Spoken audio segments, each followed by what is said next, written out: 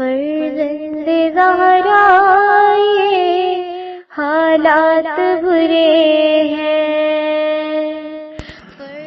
کاشانۂ بصیرت ایک ایسا مکمل یوٹیوب چینل جس پر محروم بصارت کے لیے بالخصوص اور تمام افراد کے لیے بالعموم سینکڑوں کی تعداد میں اسلامی کتب دستیاب ہیں۔ لہذا گزارش ہے کہ آپ اپنی ذمہ داری نبھاتے ہوئے کاشانۂ بصیرت کو سبسکرائب کرنے کے ساتھ ساتھ بیل آئیکن کو پریس کیجیے تاکہ آپ علم کے حصول کے ساتھ ساتھ مذہب اہل بیت کی اشاعت میں بھی اہم کردار ادا کرتے رہیں۔ کاشانۂ بصیرت، کاشانۂ بصیرت، کاشانۂ بصیرت۔ فرزند زہرا یہ حالات برے ہیں۔ کاشانۂ بصیرت کے تمام سامعین کو میرا سلام پہنچے۔ ہم پڑھ رہے ہیں تفسیر الکوثر جلد 4۔ اگلا صفحہ ہے 482۔ یہ صفحہ بلینک ہے۔ ہم آتے ہیں اس سے اگلے صفحے پر۔ یہ ہے صفحہ نمبر 483 اور اس کے اوپر تحریر ہے سورہ اسراء۔ اگلے پیج پہ جو ہے اگلا صفحہ بھی خالی ہے 484۔ ہم پہنچ گئے ہیں صفحہ نمبر 485 پر۔ اس پر بولڈ اس میں الفاظ میں بڑا بڑا تحریر ہے بسم اللہ الرحمن الرحیم، اور اس کے بعد جو تحریر ہے میں آپ کو پڑھ کر سناتی ہوں۔ اس سورت کا نام بنی اسرائیل مشہور ہے اور اسے سورہ اسراء بھی کہتے ہیں۔ مشہور روایت کے مطابق اس سورے کی تمام آیات مکے میں نازل ہوئیں، البتہ بعض روایت میں کچھ آیات کے بارے میں آیا ہے کہ مدینے میں نازل ہوئی۔ اس سورے کی ابتدائی آیت معراج سے معلوم ہوتا ہے کہ یہ سورہ معراج کے موقع پر نازل ہوا ہے، اور یہ بات بھی تقریباً تسلیم شدہ ہے کہ معراج کا واقعہ ہجرت سے 1 سال قبل پیش آیا تھا، لہٰذا یہ سورہ ہجرت سے 1 سال قبل نازل ہوا ہے۔ اس سورے کے مضامین مکی مزاج ہیں جو اکثر توحید، نفی شرک اور عاد پر مشتمل ہیں۔ اس کے علاوہ اس سورے میں بعض ایسی اخلاقی قدروں کے احیاء کا ذکر ہے جن کو زمانے جاہلیت میں پامال کیا جاتا تھا، مثلا زنا، اولاد کشی، احترام والدین اور تکبر سے اجتناب۔ کچھ اقتصادی اصول کا بھی ذکر ملتا ہے، مثلا فضول خرچی کی ممانعت، اسراف اور بخل کے درمیان اعتدال کی صورت اختیار کرنے کا حکم، اور ناپ تول میں خیانت کی ممانعت۔ اگلا صفحہ جو ہے 486، یہ بھی بلینک ہے، اس میں کچھ تحریر نہیں ہے۔ ہم آ گئے ہیں اگلے صفحے پر، اور یہاں سے آیات کے معنی، ترجمہ یعنی کہ اور تفسیر شروع ہو جاتی ہے۔ بسم اللہ الرحمن الرحیم۔ سبحان الذي أسرى بعبده ليلا من المسجد الحرام إلى المسجد الأقصى الذي باركنا حوله لنريه من آياتنا إنه هو السميع البصير۔ پاک ہے وہ جو ایک رات اپنے بندے کو مسجد حرام سے اس مسجد اقصیٰ تک لے گیا جس کے گرد و پیش میں ہم نے برکتیں رکھیں تاکہ ہم انہیں اپنی کچھ نشانیاں دکھائیں، یقیناً وہ خوب سننے والا، دیکھنے والا ہے۔ تشریح کلمات۔ اسرا بریکٹ میں لکھا ہوا ہے سین، رے اور چھوٹی ہے، اور اس کے بعد لکھا ہوا ہے اسرا کے معنی رات کو سفر کرنے کے ہیں۔ تفسیر آیات۔ اس آیت میں واقعہ معراج کی طرف اشارہ ہے۔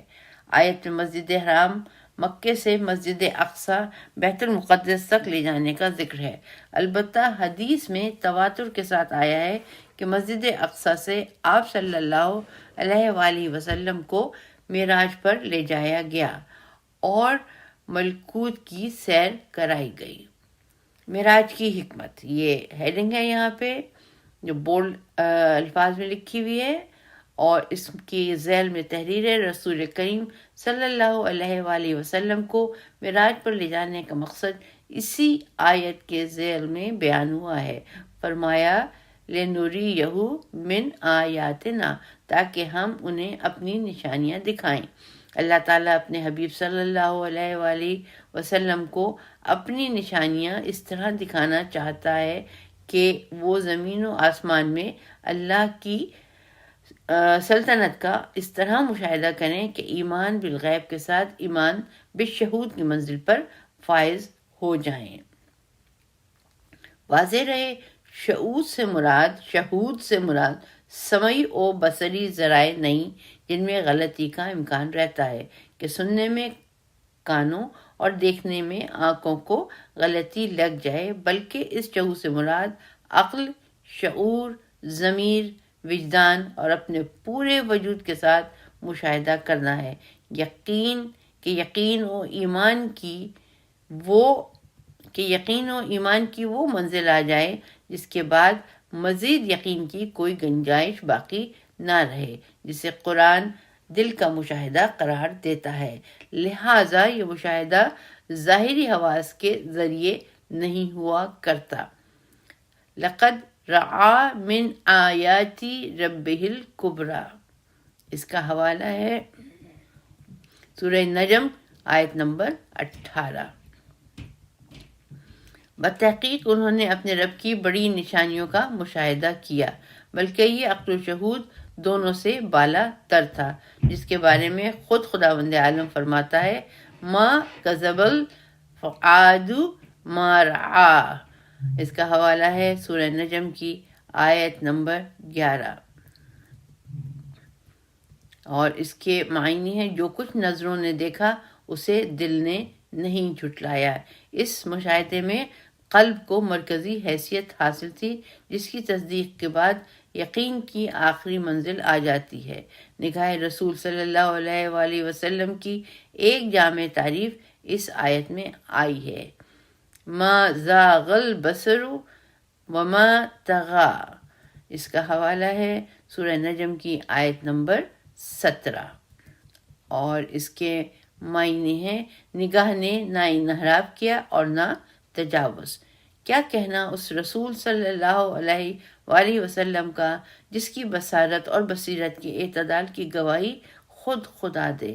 اس بیان کے بعد اس سوال یا اس اختلاف میں وزن باقی نہیں رہتا کہ معراج کا واقعہ عالم خواب میں پیش آیا تھا یا عالم بیداری میں، کیونکہ حضور صلی اللہ علیہ وآلہ وسلم کو جس بیداری میں آسمانی ملکوت کی سیر کرائی ہے، ایسی بیداری تو کائنات میں حضرت ابراہیم علیہ السلام کے سوا کسی نبی کو نصیب نہیں ہوئی۔ اس بیداری کا موازنہ دنیا کی نام نہاد بیداریوں کے ساتھ نہیں کیا جا سکتا ہے، کیونکہ جس نگاہ کو ہم بیداری کی نگاہ کہتے ہیں اس میں 100% صحیح ادراک ضروری نہیں ہے۔ چنانچہ اس نگاہ کو دور سے چیزیں چھوٹی نظر آتی ہیں، پانی کے اندر سیدھی چیز بھی ٹیڑھی نظر آتی ہے۔ اس طرح نظروں کے دھوکے بہت ہوتے ہیں، لیکن نگاہ رسول صلی اللہ علیہ وآلہ وسلم کی بیداری کا عالم یہ ہے کہ جب اللہ نے آیات کبریٰ کا مشاہدہ کرایا تو خود خدا نے گواہی دی ہے، ما زاغ البصر وما طغى۔ اس نگاہ نے حقائق کا کما حقہ مشاہدہ کیا، نہ حقائق سے پیچھے رہی نہ آگے گئی۔ ہم متشابہات کی بحث میں لکھ چکے ہیں کہ بعض مطالب محسوسات اور مادیات سے ماورا ہوتے ہیں جو ہمارے لیے کما حقہ قابل فہم نہیں ہوتے۔ مثلا قرآن فرماتا ہے اللہ سمیع بصیر۔ اس کا حوالہ ہے سورہ لقمان آیت نمبر 28۔ ظاہر ہے اللہ کی سماعت اور بصارت ایسی نہیں ہے جس سے ہم مانوس ہیں، اور یہ بات اپنی جگہ مسلم ہے کہ جن چیزوں کو ہمارے حواس نے درک نہ کیا ہو ان کا تصور کرنا ہمارے لیے ناممکن ہے۔ مثلا اگر پانی نہ ہوتا تو اس کا تصور کرنا ہمارے لیے ممکن نہ ہوتا۔ اللہ تعالیٰ نے غیر مادی لاہوتی حقائق کو ناسوتی یعنی مادی قلب میں بیان فرماتا ہے، تو ان حقائق کے بارے میں ہم اپنی مادی محسوساتی حدود میں سوچنے لگتے ہیں اور اپنے محدود زمان و مکان کے دائرے میں لاتے ہیں ظاہر ہے یہ غیر مادی حقائق مادی طبیعتی قوانین کی دفعات کے مطابق نہیں ہوتے، اس لیے انہیں اپنے محدود ناسوتی دائرے سے لانے اور طبیعتی قوانین کی دفعات سے ہم آہنگ کرنے کے لیے تعویلیں کرتے ہیں۔ چنانچہ معراج میں عروج سے مراد جاذبہ ارضی کے خلاف جانا اور اسرا میں مسافتوں اور فاصلوں کو طے کرنا مراد لیتے ہیں۔ ہم چونکہ زمانی ہیں اس لیے اپنی اس دنیا کے زمانے کے مطابق سوچتے ہیں، غیر زمانی حقائق کا ہم ادراک نہیں کر سکتے یا دوسری دنیاؤں کے زمانے کا ہمیں علم نہیں، اس لیے خیال کرتے ہیں رات کے ایک حصے میں معراج کا یہ طویل سفر کیسے طے ہوا۔ اسی طرح ہم کل کائناتی حقائق کو اپنی محدود دنیا اور علم و آگاہی کے محدود دائرے میں سوچتے اور اپنے زمان و مکان کے دائرے میں لا کر سمجھنے کی کوشش کرتے ہیں، بلکہ جن حقائق تک اب تک انسان نے رسائی حاصل کی ہے ان کے تحت اس قسم کے مسائل قابل فہم ہو رہے ہیں۔ چنانچہ القصص کاریل انسان کے بارے میں کہتے ہیں، افراد کو زمان و مکان میں محدود کو سمجھنا ایک مفروضہ ہے، اور آئنسٹائن کے نظریہ اضافت کے تحت یہ کائنات یکگنا نہیں ہے کہ زمان و مکان وغیرہ ہر جگہ یکساں ہوں۔ مثلاً ہمارا زمانہ اور روشنی کی رفتار سے سفر کرنے والی چیز کا زمانہ ایک جیسا نہیں ہے، بلکہ مذکورہ رفتار کی چیز پر وقت رک جائے گا اور زمین پر سینکڑوں سال گزر چکے ہوں گے۔ لہٰذا معراج نہ صرف مکانی تھا بلکہ زمانی بھی تھا۔ رسول اللہ صلی اللہ علیہ وآلہ وسلم کو عروج عمق فضا و زمان و مکان کے ماورا معراج ہوئی ہے۔ یہ تو وہ چند ایک حقائق ہیں جنہیں آج تک کے انسان نے سمجھا ہے۔ ممکن ہے کل اس سلسلے کے دیگر حقائق منکشف ہوں، انسان کے سامنے آئیں اور اس مسئلے کو سمجھنے میں آسانی ہو جائے۔ اس کے باوجود انسان مستقبل میں خواہ کتنا حقائق اور رازہائی قدرت تک رسائی کر لے، انسان کی معلومات اس کے مجہولات کے مقابلے میں ہیچ ہیں۔ اس لیے انسان کی معلومات کا ملکوت سماوات و ارض کے ساتھ موازنہ کرنا ایک بے جا عمل ہے۔ لہٰذا معراج کے حقائق اور آسمانوں کی طرف عروج کرنے کے لیے ہمارے نظام شمسی میں موجود رکاوٹوں کا ذکر اور ان کا جواب ایک غیر ضروری بحث کے بارے میں منقول روایت کا مسئلہ، تو ان میں بعض روایات آیت کے مفہوم کے مطابق ہیں، بعض میں تفصیل موجود ہے کہ جو آیت کے منافی نہیں ہے۔ البتہ راویان حدیث اپنے ناسوتی تصورات کے مطابق احادیث نقل کرتے ہیں۔ رسالت مآب صلی اللہ علیہ وآلہ وسلم بھی قرآن کی طرح کلم الناس علی قدر عقولہم، لوگوں کی عقل و فہم کے مطابق بات کرتے تھے، لہذا بعض روایات تمثیلی ہیں اور اس سلسلے کی بعض روایات قرآن و مسلمات کے خلاف ہونے کی وجہ سے قابل قبول نہیں ہیں۔ وآتينا موسى الكتاب وجعلناه هدى لبني إسرائيل ألا تتخذوا من دوني وكيلا ذرية من حملنا مع نوح إنه كان عبدا شكورا۔ اور ہم نے موسیٰ کو کتاب دی اور اس کتاب کو بنی اسرائیل کے لیے ہدایت قرار دیا کہ میرے علاوہ کسی کو کارساز نہ بناؤ۔ ان لوگوں کی اولاد جنہیں ہم نے نوح کے ساتھ کشتی میں سوار کیا تھا، نوح یقیناً بڑے شکر گزار بندے تھے۔ تفسیر آیات، نقطہ نمبر 1، وآتینا موسیٰ الکتاب، واقع معراج اور بڑی نشانیوں کو مشاہدہ کرانا کوئی انوکھی بات نہیں، بلکہ یہ سنت الہیہ کا تسلسل ہے۔ چنانچہ ہم نے موسیٰ کو کتاب دی اور بنی اسرائیل کے لیے سامان ہدایت فراہم کیا۔ موسیٰ علیہ السلام کو ہدایت کی کتاب عنایت ہوئی تو اس کتاب کا خلاصہ اللہ کے علاوہ کسی کو کارساز نہ بناؤ، یہ ہم نے پرنتھسز میں یعنی انورٹڈ کامز میں لکھا ہوا ہے کہ انورٹڈ کامز میں اللہ کے علاوہ کسی کو کارساز نہ بناؤ تھا۔ رسول اسلام صلی اللہ علیہ وآلہ وسلم کو معراج کے ذریعے عزت و تکریم سے نوازا ہے، تو موسیٰ علیہ السلام کو بھی کتاب ہدایت عنایت کی ہے۔ تفسیر آیات کے ذیل میں جو دوسرا نقطہ لکھا ہے وہ کچھ اس طرح سے ہے: ذریتا من حملنا مع نوح، ان عنایتوں کا سلسلہ نوح سے چلا آ رہا ہے جن کی تم اولاد ہو، تمہیں کشتی کے ذریعے غرق ہونے سے نجات دی۔ نوح اس عنایت کے شکر گزار رہے ہیں۔ رخ کلام دراصل اہل مکہ کی طرف ہے۔ تاریخ انبیاء کی روشنی میں اللہ کی طرف سے انبیاء پر ہونے والی عنایتوں کا ذکر ہے۔ اگلی آیت میں ناشکری کی صورت میں پیش آنے والے نتائج کا ذکر ہے۔ اہم نکات: نقطہ نمبر 1، دعوت موسیٰ علیہ السلام توحید پر مبنی تھی۔ نمبر 2، بنی اسرائیل نوح علیہ السلام کی اولاد ہیں۔ وَقَضَيْنَا إِلَى بَنِي إِسْرَائِيلَ فِي الْكِتَابِ لَتُفْسِدُنَّ فِي الْأَرْضِ مَرَّتَيْنِ وَلَتَعْلُنَّ عُلُوًّا كَبِيرًا۔ اور ہم نے بنی اسرائیل کو کتاب میں آگاہ کر دیا تھا کہ تم زمین میں 2 مرتبہ ضرور فساد برپا کرو گے اور ضرور بڑی طغیانی دکھاؤ گے۔ اب آگے یہی ہے تفسیر آیات۔ قرآن کے اس بیان کی تصدیق توریت اور انجیل کی متعدد تنبیہات سے ہوتی ہے، جن میں بنی اسرائیل سے کہا گیا کہ تمہاری بدکاری، سرکشی اور فسق و فجور کی پاداش میں تمہارے شہر ویران کر دیے جائیں گے، تمہاری لاشیں ہوائی پرندوں اور زمینی درندوں کی خوراک ہوگی۔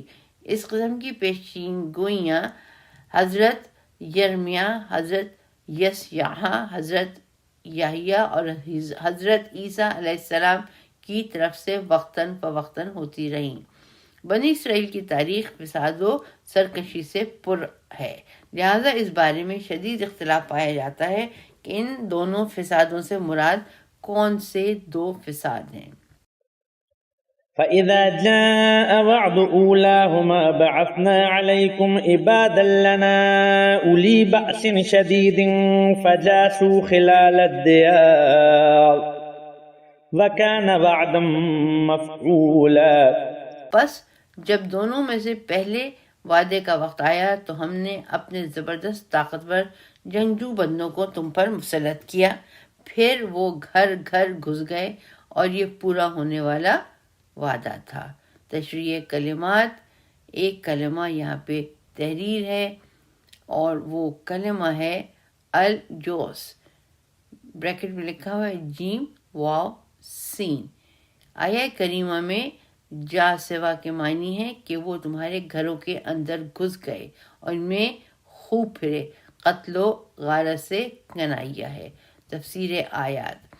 جب پہلے فساد کا وقت آیا اور بنی اسرائیل نے فساد اور سرکشی میں انتہا کر دی تو اللہ تعالیٰ نے از روح انتقام ان پر کچھ ایسے جنگجوؤں کو مسلط کر دیا جن سے ان کے گھروں کی 4 دیواری کا تقدس تک پامال ہو گیا۔ اس جگہ اللہ تعالیٰ نے جو فرمایا ہم نے اپنے طاقتور جنگجو بندوں کو تم پر مسلط کیا، اس سے یہ ثابت نہیں ہوتا کہ انتقام لینے والے افراد مومن ہوں، کیونکہ اگر یہ عمل اللہ کی طرف سے مسلط کرنا تشریعی ہوتا ہو تو ایمان وغیرہ شرط ہے، لیکن یہ عمل تکوینی قدرتی مکافات عمل ہے جس کے لیے ایمان وغیرہ شرط نہیں ہے۔ چنانچہ شیاطین کے بارے میں فرمایا الم تری انا ارسلنا الشیاطین علی الکافرین تعزهم عزا، حوالہ ہے سورہ مریم آیت نمبر 83۔ کیا آپ نے نہیں دیکھا کہ ہم نے شیاطین کو کفار پر مسلط کر رکھا ہے جو انہیں اکساتے رہتے ہیں۔ یہاں شیطانوں کے بارے میں ارسلنا کا لفظ استعمال ہوا ہے، یہاں بھی لفظ امرنا برے لوگوں کے لیے استعمال ہوا ہے۔ وَإِذَا أَرَدْنَا أَن نُهْلِكَ قَرْيَةً أَمَرْنَا مُتْرَفِيهَا فَفَسَقُوا فِيهَا، سورہ بنی اسرائیل آیت نمبر 16۔ اور جب ہم کسی بستی کو ہلاکت میں ڈالنا چاہتے ہیں تو اس کے عیش پرستوں کو حکم دیتے ہیں تو وہ اس بستی میں فسق و فجور کا ارتکاب کرتے ہیں۔ الفاظ عباد لنا یا عبادیہ قرآن میں کافر اور مومن دونوں کے لیے استعمال ہوا ہے۔ حضرت عیسیٰ علیہ السلام نے فرمایا ان تعذبہم فإنہم عبادک، سورہ مائدہ آیت نمبر 118۔ اگر تو انہیں عذاب دے تو یہ تیرے ہی بندے ہیں، کیونکہ کافر بھی تو اللہ کے بندے ہیں لیکن وہ بندگی کا حق ادا نہیں کرتے۔ یہ طاقتور جنگجو لوگ کون تھے؟ اس میں مفسرین کے درمیان بہت اختلاف ہے۔ ہمارے نزدیک کے قریب واقعہ معلوم ہوتا ہے کہ ان سے مراد بابل کے بادشاہ بخت نصر کا حملہ ہی ہو سکتا ہے، جس نے یروشلم اور ہیکل سلیمانی تک زمین کو برباد کر دیا تھا۔ اہم نکات: ان کی مشیت قدرتی عوامل کے ذریعے عمل میں آتی ہے۔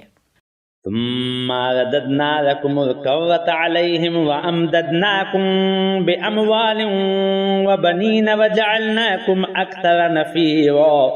پھر دوسری بار ہم نے تمہیں ان پر غالب کر دیا اور اموال اور اولاد سے تمہاری مدد کی اور تمہاری تعداد بڑھا دی۔ تفسیر آیات۔ ممکن ہے اس آیت کا اشارہ بابل سے رہائی کے بعد کے واقعات کی طرف ہو۔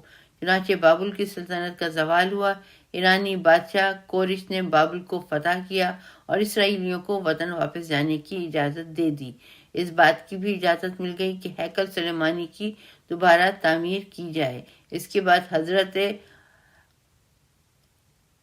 عزیز نے یہودی مذہب کی تجدید کی۔ این زے یہ زے لکھا ہوا ہے، میں اسے عزیر پڑھ رہی تھی لیکن یہ این زے یہ زے ہے۔ حضرت عزیز نے یہودی مذہب کی تجدید کی اور توریت سمیت دیگر مقدس کتاب کو اثر نو مرتب کیا۔ اس طرح تقریباً 531 قاف میم سے 445 قاف میم تک کے عرصے میں بیت المقدس پھر سے آباد ہوا اور یہودیت کو پھلنے پھولنے کا موقع میسر آیا۔ إن أحسنتم أحسنتم لأنفسكم وإن أسأتم فلها فإذا جاء وعد الآخرة ليسوءوا وجوهكم وليدخلوا المسجد كما دخلوه أول مرة وليتبروا ما علوا تتبيرا۔ اگر ہم نے نیکی کی تو اپنے لیے نیکی کی، اور اگر تم نے برائی کی تو بھی اپنے حق میں کی۔ پھر جب دوسرے وعدے کا وقت آیا تو ہم نے ایسے دشمنوں کو مسلط کیا وہ تمہارے چہرے بدنما کر دیں اور مسجد اقصی میں اس طرح داخل ہو جائیں جس طرح اس میں پہلی مرتبہ داخل ہوئے تھے، اور جس چیز پر ان کا زور چلے اسے بالکل تباہ کر دیں۔ تفسیر آیات۔ نمبر 1، ان آسنتم لانفسکم۔ خطاب اگرچہ بنی اسرائیل سے ہے، تاہم یہ ایک کلیہ ہے کہ نیکی کے مثبت اثرات سب سے پہلے نیکی کرنے والے پر مرتب ہوتے ہیں، اسی طرح برائی کے منفی اثرات برائی کا ارتکاب کرنے والے پر مترتب ہوتے ہیں۔ مثلا ظالم پر ظلم کے اثرات مظلوم سے زیادہ ہوتے ہیں۔ چنانچہ نہج البلاغہ حکمت نمبر 241 میں حضرت علی علیہ السلام سے روایت ہے، یوم المظلومی علی ظالمی اشد منی یوم الظالمی علی المظلوم۔ مظلوم کے خلاف ظالم کے خلاف مظلوم کا دن بہت شدید ہوگا۔ نقطہ نمبر 2، فَإِذَا جَاءَ وَعْدُ الْآخِرَةِ۔ زیادہ امکان یہ ہے کہ دوسرے وعدے سے مراد رومیوں کا وہ حملہ ہو جو 70 عیسوی میں یروشلم پر ہوا، جس میں 1,33,000 آدمی مارے گئے۔ 67 یعنی 67 1000 کو غلام بنا لیا گیا۔ یروشلم کے شہر کو ہیکل سلیمانی سمیت ایسا تباہ کر دیا کہ ہیکل دوبارہ تعمیر نہ ہو سکا۔ ہم نے مذکورہ 2 واقعات کو اس لیے ترجیح دی کہ یہ دونوں واقعے اسرائیلی تاریخ کے اہم ترین یا یوں کہیے بدترین واقعے ہیں۔ ثانیاً قرطبی کی ایک روایت میں آیا ہے کہ فساد اول سے مراد بخت نصر کا حملہ اور فساد دوم سے مراد رومیوں کا حملہ ہے۔ یہ روایت حضرت حذیفہ رضی اللہ عنہ نے رسول اللہ صلی اللہ علیہ وآلہ وسلم سے نقل کی ہے، جو تاریخی واقعات کے مطابق ہے۔ اہم نکات: نمبر 1، قوموں کا زوال و عروج ان کے کردار سے مربوط ہے۔ نمبر 2، نیکی و برائی کے اثرات خود انجام دینے والے پر پہلے اور زیادہ مرتب ہوتے ہیں۔ عسى ربكم أن يرحمكم وإن عدتم عدنا وجعلنا جهنم للكافرين حصيرا۔ امید ہے کہ تمہارا پروردگار تم پر رحم کرے گا، اور اگر تم نے شرارت دہرائی تو ہم بھی اسی روش کو دہرائیں گے، اور ہم نے جہنم کو کافروں کے لیے قید خانہ بنا رکھا ہے۔ تفسیر آیات: نمبر 1، عسیٰ ربکم ان یرحمکم، اللہ کی رحمت میں دریغ نہیں ہے، صرف اس رحمت کے لیے اہل ہونا شرط ہے۔ اگر بنی اسرائیل توبہ و انابت کے ساتھ اپنے آپ کو رحمت خدا کا اہل بنا دے تو اللہ ان پر رحم کرے گا، وہ ارحم الراحمین ہے۔ نمبر 2،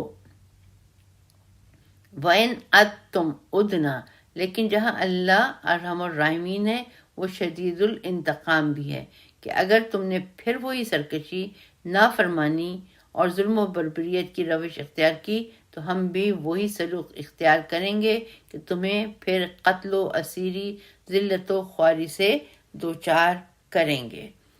ہمارے معاصر یہود نے انسان سوز جرائم کے ارتکاب کی وہی پرانی روش اختیار کی ہے۔ وَإِنْ عَدْتُمْ کا مرحلہ آ گیا، عنقریب وعدہ الہی پورا ہونے یعنی ادنا کا مرحلہ آنے والا ہے۔ اہم نکات: کسی قوم یا فرد کا عمل ہی اس کی سرنوشت کا تعین ہے۔ إن هذا القرآن يهدي للذي هي أقوم ويبشر المؤمنين الذين يعملون الصالحات أن لهم أجرا كبيرا وأن الذين لا يؤمنون بالآخرة أعتدنا لهم عذابا أليما۔ یہ قرآن یقیناً اس راہ کی ہدایت کرتا ہے جو بالکل سیدھی ہے، اور ان مومنین کی جو نیک اعمال بجا لاتے ہیں، یہ بشارت دیتا ہے کہ ان کے لیے بڑا اجر ہے، اور یہ کہ جو لوگ آخرت پر ایمان نہیں لاتے ان کے لیے ہم نے ایک دردناک عذاب تیار کر رکھا ہے۔ تفسیر آیات: جس طرح موسیٰ علیہ السلام کو کتاب عنایت فرمائی اور اسے بنی اسرائیل کے لیے ہدایت کا ذریعہ بنایا، اور جس طرح حضرت موسیٰ علیہ السلام کو کتاب عنایت فرمائی اور اسے بنی اسرائیل کے لیے ہدایت کا ذریعہ بنایا۔ وَآتَيْنَا مُوسَى الْكِتَابَ وَجَعَلْنَاهُ هُدًى لِبَنِي إِسْرَائِيلَ أَلَّا تَتَّخِذُوا، اس کا حوالہ ہے سورہ اسراء آیت نمبر 2۔ اور ہم نے موسیٰ کو کتاب دی اور اس کتاب کو بنی اسرائیل کے لیے ہدایت قرار دیا۔ اسی طرح یہ قرآن بھی ذریعہ ہدایت ہے، اور اس ہدایت سے فائدہ اٹھانے والوں کو یہ قرآن بشارت دیتا ہے، کامیابی کی بشارت، اجر عظیم کی بشارت۔ نمبر 1، اِنَّ هَٰذَا الْقُرْآنَ يَهْدِي، یہ قرآن انسانیت کی ایک ایسی طریقیت اور شریعت کی طرف رہنمائی کرتا ہے جو اقوام الطرق ہے، تمام نظامۂ حیات و دستور ہائے زندگی میں جامع ترین اور مستحکم ترین نظام کی طرف ہدایت فرماتا ہے۔ قرآن امت قرآن کو جس منزل کی طرف لے جانا چاہتا ہے وہ اقواموں ہے، نہایت مضبوط بنیادوں پر استوار ہے، یہ نظام حیات ہے۔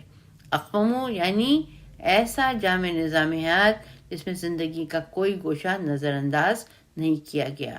اقواموں یعنی ایسا معتدل نظام میں زندگی جو انسانی فطری تقاضوں کے ساتھ ہم آہنگ ہے۔ اقوام یعنی ایسا نظام حیات جو عدل و انصاف کے تمام تقاضے پورا کرتا ہے۔ اقوام یعنی ہر عصر کے لیے قابل عمل نظام حیات ہے۔ اقوام یعنی دنیا اور آخرت دونوں کے تقاضے پورا کرتا ہے۔ اقوام یعنی اس پر عمل کرنا آسان اور انسانی طاقت کی حدود میں ہے۔ اقوام یعنی اس نظام زندگی کی شقوں میں کوئی ابہام نہیں ہے۔ اقوام یعنی اس نظام زندگی میں کوئی روحانی اور مادی پہلو تشنا نہیں ہے۔ اب آگے ہے نمبر 2 پہ، وَيُبَشِّرُ الْمُؤْمِنِينَ۔ ایک جامع نظام حیات فراہم ہونے کے بعد اس پر ایمان لانے کی نوبت آتی ہے۔ ایمان کے بعد دستور حیات پر عمل کی نوبت آتی ہے، اور پھر عمل کرنے میں کامیاب ہونے والوں کے لیے بشارت ملنا ایک قدرتی بات ہے۔ اہم نکات، یہاں پہ جو نقطہ تحریر ہے وہ ہے قرآنی بشارت اس کے نظام اقوام پر عمل کرنے والوں کے لیے ہیں۔ وَيَدْعُ الْإِنسَانُ بِالشَّرِّ دُعَاءَهُ بِالْخَيْرِ وَكَانَ الْإِنسَانُ عَجُولًا۔ اور انسان کو جس طرح خیر مانگنا چاہیے اسی انداز سے شر مانگتا ہے، اور انسان بڑا جلد باز ہے۔ تفسیر آیات۔ مکے والے حضور صلی اللہ علیہ وآلہ وسلم سے بار بار یہ مطالبہ کرتے تھے کہ اگر تم سچے ہو تو وہ عذاب لے آؤ جس سے تم ہمیں ڈراتے رہتے ہو۔ اس طرح وہ رحمت خدا مانگنے کی بجائے عذاب خدا مانگتے ہیں۔ دوسرے فقرے میں اس حماقت کے پیچھے موجود محرک کا ذکر ہے، وہ ہے انسان کی عجلت پسندی۔ یہ خصلت انسان کو عزت کی جگہ ذلت، کامیابی کی جگہ ناکامی اور خیر کی بجائے شر کی طرف لے جاتی ہے۔ چنانچہ انسان کی بیشتر ناکامیوں کا سبب یہی عجلت پسندی ہے۔ عجلت پسندی کا مغلوب انسان زمینی حقائق کی جگہ ذہنی آرزوؤں پر چلتا ہے اور ناکام ہو جاتا ہے۔ سابقہ آیت کے ساتھ اس آیت کا ربط اس طرح ہے کہ یہ قرآن اس راہ کی ہدایت کرتا ہے جو بالکل سیدھی ہے اور اس پر چلنے والے کو بشارت دیتا ہے، لیکن یہ عجلت پسند انسان اللہ کی عطا کردہ اس خیر کی جگہ شر کی طلب میں نکلتا ہے، اور اس قرآن سے ہدایت حاصل کر کے رحمت الہی کا منتظر رہنے کی جگہ جلد بازی سے کام لیتے ہوئے شر کے دامن میں پھنس جاتا ہے۔ اعاذنا اللہ من ذالک۔ اہم نکات۔ نمبر 1، انسان نادانی میں اپنی مصلحت کے خلاف دعا کر بیٹھتا ہے۔ نمبر 2، عجلت پسندی سے ناکامیوں کا منہ دیکھنا پڑتا ہے۔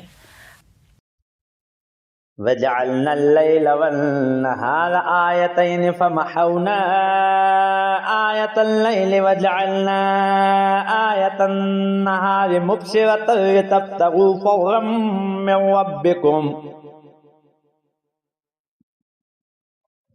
وَجَعَلْنَا آيَةَ النَّهَارِ مُبْصِرَةً لِتَبْتَغُوا فَضْلًا مِّن رَّبِّكُمْ وَلِتَعْلَمُوا عَدَدَ السِّنِينَ وَالْحِسَابَ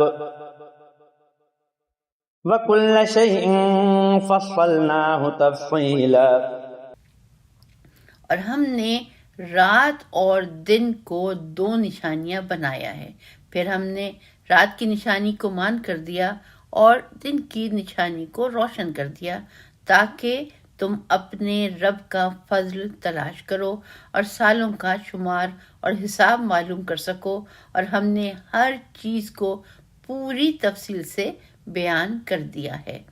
تفسیر آیات، یہ ہے ہیڈنگ، عنوان، اور اس کے ذیل میں پہلا نقطہ ہے وَجَعَلْنَا اللَّيْلَ وَالنَّهَارَ آیتین۔ سورہ بقرہ آیت 164 اور دیگر آیات میں شب و روز کے آیات الہی ہونے کے بارے میں تفصیل سے گفتگو ہوئی ہے۔ یہاں دونوں آیتوں میں اختلاف کی حکمت بیان ہو رہی ہے کہ رات کو ماند بے نور بنا دیا اور دن کو روشن کر دیا۔ روشن دن فضل رب کا سرچشمہ ہے۔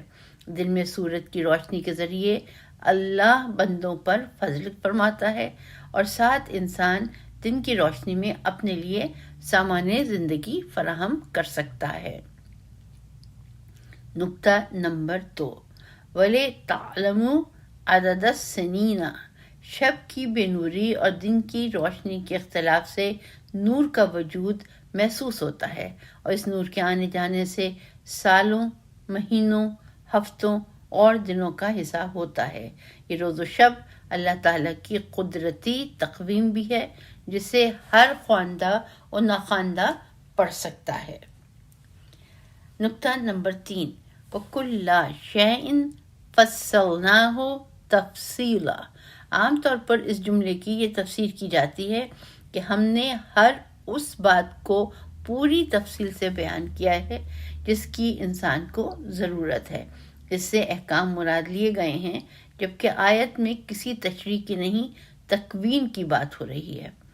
لہٰذا اس جملے سے یہ مراد لینا زیادہ مناسب ہے، وَكُلِّ شَيْءٍ مِّمَّا خَلَقْنَا فَصَّلْنَا تَفْصِيلًا، کہ اللہ کے تخلیقی نظام میں کوئی ابہام نہیں ہے، ہر شے کی خلقت کی حکمت اور مصلحت واضح ہے، جس طرح لیل و نہار کی خلقت کی حکمت واضح ہے۔ عنوان ہے اہم نکات، اور پہلا نقطہ ہے عام تخلیق میں کوئی ابہام نہیں ہے۔